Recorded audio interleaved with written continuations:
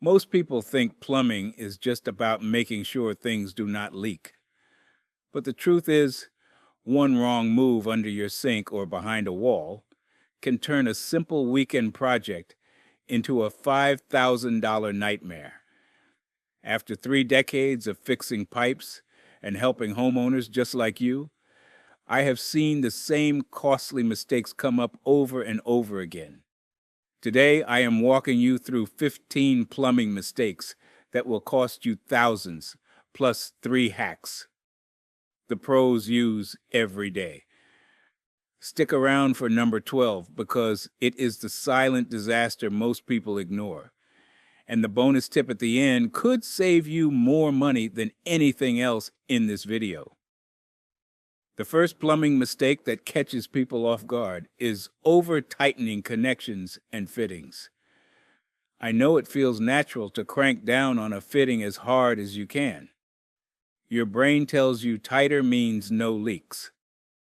But here is what actually happens. When you over-tighten a compression fitting, a supply line nut, or even a plastic fitting on a toilet valve, you are putting stress on the material that it was never designed to handle. Brass cracks, plastic warps, rubber gaskets get crushed and lose their ability to seal. The worst part is that the damage might not show up right away. You finish the job, everything looks dry, and then 2 weeks later you have got water dripping inside your vanity cabinet, or worse, behind the wall, where you cannot see it. The rule of thumb is hand tight, then a quarter turn with a wrench. That is it. If you are working with plastic fittings, hand tight is usually all you need. Trust the engineering of the fitting. It was designed to seal at the right torque, not at maximum force. The second mistake that costs homeowners serious money is using the wrong pipe type or material. This one is especially dangerous because it can take years for the damage to show. The classic example is connecting copper directly to galvanized steel without a dielectric union or a brass transition fitting in between. When two different metals touch each other in the presence of water, you get galvanic corrosion. The joint slowly eats itself from the inside out. I have seen galvanized lines connected straight to copper with nothing but a rubber coupling and some hose clamps. 5 years later, the homeowner has brown water and pinhole leaks everywhere. Another common version of this mistake is using the wrong type of plastic pipe for the application. Not all plastic is the same. PVC is for drain lines. CPVC is rated for hot water supply. PEX is flexible supply tubing. Mixing these up or using the wrong one for the wrong job can lead to joint failures and code violations. Always check what your local code allows before buying materials. The third mistake on our list is ignoring local plumbing codes. A lot of homeowners figure that if it works, it is fine. But plumbing codes exist for a reason. They protect your health, your property, and your home's resale value. If you do plumbing work without a permit and something goes wrong, your homeowner's insurance may refuse to cover the damage. I have seen that happen more than once, and it is devastating. Even worse, if you sell your home and the inspector finds unpermitted plumbing work, you could be forced to rip it all out and redo it to code before closing. That can cost $5,000 to $10,000 or more, depending on the scope. Before you start any plumbing project, call your local building department. Many jurisdictions allow homeowners to pull their own permits for basic work. It takes a little extra time, but it protects you in every way that matters. By the way, if this advice is helping, it's a small sample from my new book, 100 Old House Fixes That Save You Thousands. It shows old house fixes that can help you avoid expensive repair bills. To grab your copy, scan the QR code on screen or use the first link in the description. All right, let's continue. The fourth mistake I see all the time is using chemical drain cleaners regularly. I understand the appeal. Your drain is slow. You pour in some liquid, wait 15 minutes, and it seems to work. But those harsh chemicals are doing real damage inside your pipes every single time you use them. Most chemical drain cleaners contain sodium hydroxide or sulfuric acid. These substances generate heat and eat through organic clogs, but they also eat through pipe walls, especially if you have older cast iron, galvanized steel, or even PVC that has been in service for decades. Over time, repeated use weakens joints, thins pipe walls, and creates the perfect conditions for a catastrophic failure.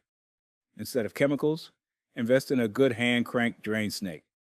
A 25-foot drum auger handles most household clogs and costs around $30 to $40.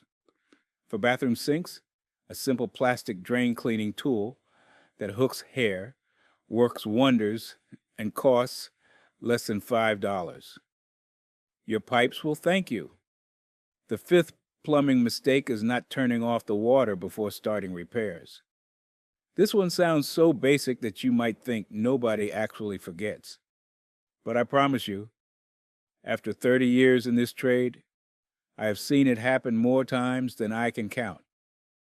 Someone figures they will just quickly swap out a faucet cartridge or change a supply line. And before they know it, water is spraying everywhere. The damage from even 5 minutes of uncontrolled water flow can soak subfloors, damage drywall, and ruin cabinets. Always locate your shutoff valve before you pick up a single tool. Test it to make sure it actually closes. If you have got an older gate valve that will not fully shut off, that is a sign you need to replace it with a quarter-turn ball valve before doing any other work downstream. The sixth mistake that leads to expensive repairs is improper slope on drain lines. Drain pipes rely on gravity. They do not have pumps pushing water along. So the angle or slope of your drain pipes matters enormously. The standard rule is a 1/4 inch of drop for every foot of horizontal run. That means if you are running a drain line 8 feet across your basement ceiling, it needs to drop 2 inches from start to finish. Too little slope and water moves too slowly. Solids settle and you get chronic clogs. Too much slope and the water races ahead of the solids, leaving them stranded in the pipe. Either way, you end up with problems. Use a level and measure carefully. Never eyeball drain slope. A $2 level and 5 minutes of measuring can save you thousands in rework. The seventh mistake on this list is relying on push-fit connectors in hidden spaces. Push-fit fittings like Shark Bite are genuinely useful. I am not against them. They are great for emergency repairs and for accessible locations where you can keep an eye on them. But I have seen homeowners use them behind finished walls, above ceilings, and inside floor cavities where nobody will see them for years. The concern is that push-fit connections depend on a rubber O-ring and a set of metal teeth gripping the pipe. Over time, especially with hot water lines and slight pipe movement, these connections can develop slow leaks. If that leak is behind a finished wall, you might not notice until the damage is severe. For hidden locations, stick with soldered copper joints, properly glued CPVC or PEX with crimp or expansion fittings. Save the push fits for accessible areas. The eighth mistake is forgetting to vent drain lines. Every drain in your home needs a vent. The vent allows air into the drain system so water can flow freely. Without proper venting, you get slow drains, gurgling sounds, And worst of all, sewer gas can get pulled through empty drain traps and into your living space. Sewer gas contains methane and hydrogen sulfide, and it is not something you want your family breathing. When homeowners add a new bathroom or relocate a sink, they often focus on the drain pipe and completely forget about the vent. If you cannot run a traditional vent through the roof, ask your local code office about air admittance valves. These one-way valves allow air in, but prevent sewer gas from escaping. They are code approved in most jurisdictions and much simpler to install. The ninth mistake I want you to avoid is misusing thread seal tape. Also known as Teflon tape or PTFE tape, this thin white tape is one of the most commonly used and most commonly misused products in plumbing. First, direction matters. You need to wrap the tape clockwise around the male threads so that when you screw the fitting together, the tape tightens rather than unravels. Second, you only need 2 to 3 wraps. More than that, and you are actually making it harder for the fitting to seat properly. Third, and this is important, thread seal tape is only for tapered pipe threads, like the ones on a standard iron or brass pipe nipple.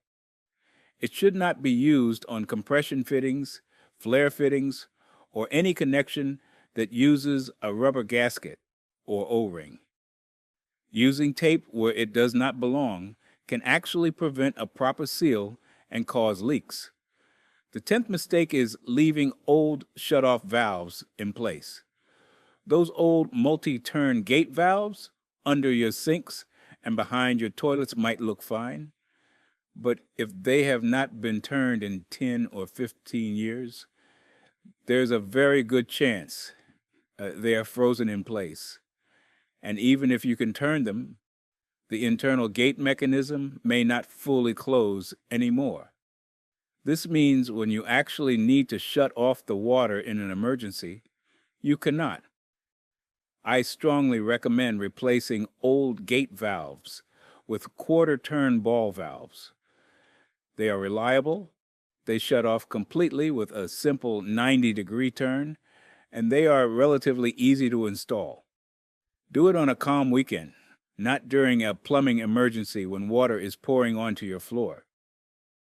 The 11th mistake is connecting drain lines with improper fittings. Not all drain fittings are interchangeable. A sanitary tee is designed for vertical to horizontal transitions, but if you use it to connect 2 horizontal drain lines, you create a sharp 90-degree turn that traps debris and causes clogs. For horizontal to horizontal connections, you need a Y fitting combined with a 45-degree elbow.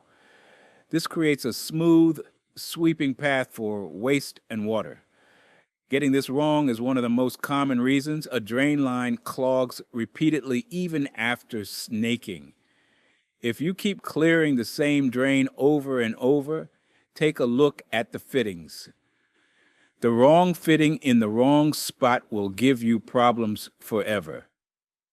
The 12th mistake is the one I warned you about at the beginning, and that is ignoring small leaks and drips. A faucet dripping once per second wastes over 3,000 gallons of water per year. But the real cost is not the water bill. It is what happens when that drip is under a sink, at a supply line connection, or at a pipe joint you cannot see. Even a tiny leak creates moisture. Moisture creates mold. Mold destroys drywall, rots wood framing, and can cause serious health problems, especially respiratory issues. I've opened up walls and found black mold colonies that started from a drip no bigger than a teardrop. If you see any sign of moisture, discoloration, or a musty smell, investigate immediately. Fix small leaks the day you find them. The repair is almost always cheap. The damage from waiting is almost always expensive. The 13th mistake is not supporting pipes properly. Every horizontal pipe run needs support at regular intervals. Copper supply lines need a hanger or strap every 6 to 8 feet. PVC drain lines need support every 4 feet. PEX, tubing, needs support every 32 inches. Without proper support, pipes sag over time. That sagging puts stress on joints and connections, which eventually crack or pull apart. It also creates low spots in drain lines where water pools and sediment collects. When you run new pipe, install hangers as you go. Use the right type of hanger for the material. Copper should hang in copper or plastic-coated hangers to avoid metal on metalware. Never use steel straps directly on copper pipe. The 14th mistake is using too much solder or flux on copper joints. When you are soldering copper, the natural instinct is to use plenty of everything to make sure you get a good seal. But too much flux is actually corrosive. Flux that gets inside the pipe does not rinse away easily. It sits there and causes green corrosion and pitting from the inside. Over time, this leads to pinhole leaks that are extremely frustrating to track down. Apply a thin, even coat of flux only to the outside of the pipe and the inside of the fitting. When you apply the solder, the joint should draw in just enough to form a small ring around the edge. If solder is dripping down or blobbing up, you have used too much. A clean, professional joint uses less material than you think. The 15th and final mistake is dry fitting PVC without primer. PVC cement alone is not glue in the traditional sense. It works by chemically melting the surface of the PVC so the two pieces fuse together. But that chemical process needs primer to work properly. Purple PVC primer softens the surface layer of the pipe and the fitting, allowing the cement to penetrate and create a true molecular bond.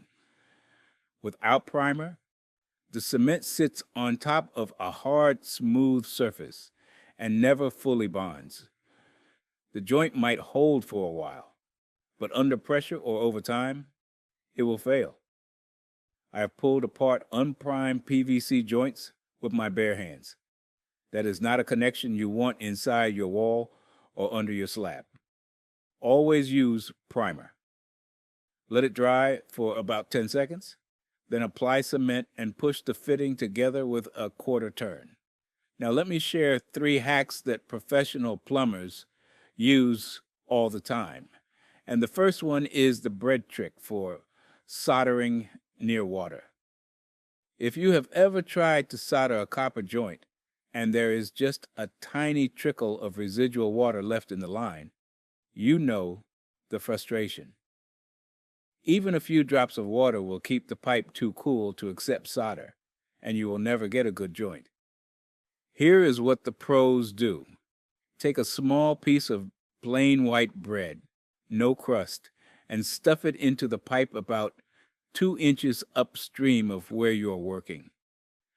The bread acts as a temporary dam, absorbing the residual water long enough for you to heat the joint and complete the solder. Once you turn the water back on, the bread dissolves and flushes away harmlessly. It sounds unusual, but it has saved me more times than I can count.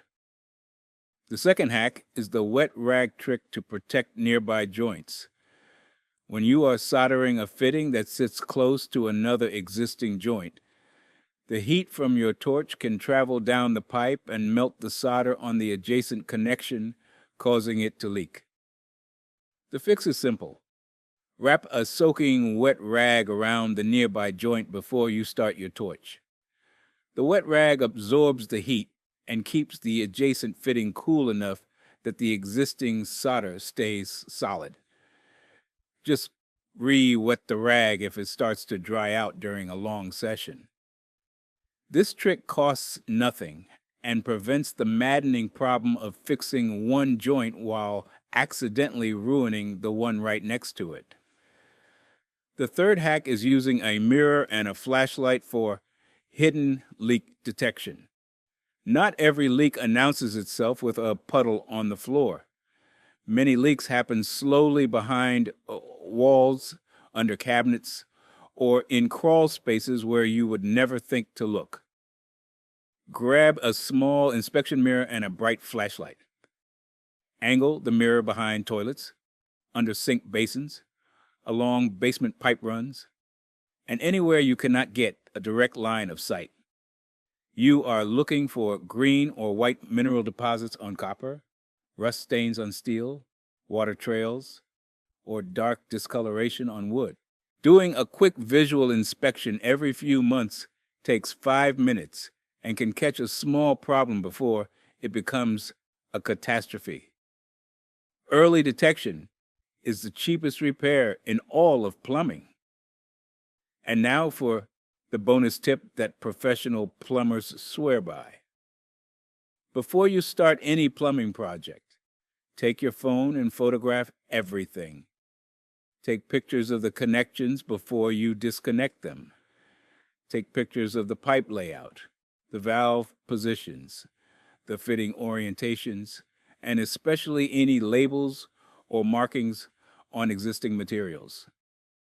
I cannot tell you how many times I have seen homeowners take something apart, get halfway through a repair, and then realize they have no idea how it all goes back together. A photograph takes 1 second and gives you a perfect reference for reassembly. It also helps if you need to run to the hardware store, because you can show the associate exactly what you are working with, instead of trying to describe it from memory. This one habit has probably saved me more frustration over my career than any single tool I own. Before you go, I want you to know about my new book, 100 Old House Fixes That Save You Thousands. It shows practical fixes for older homes so you can stop guessing and avoid expensive repair bills. Just scan the QR code on screen or click the link in the description to get your copy. Thanks for watching.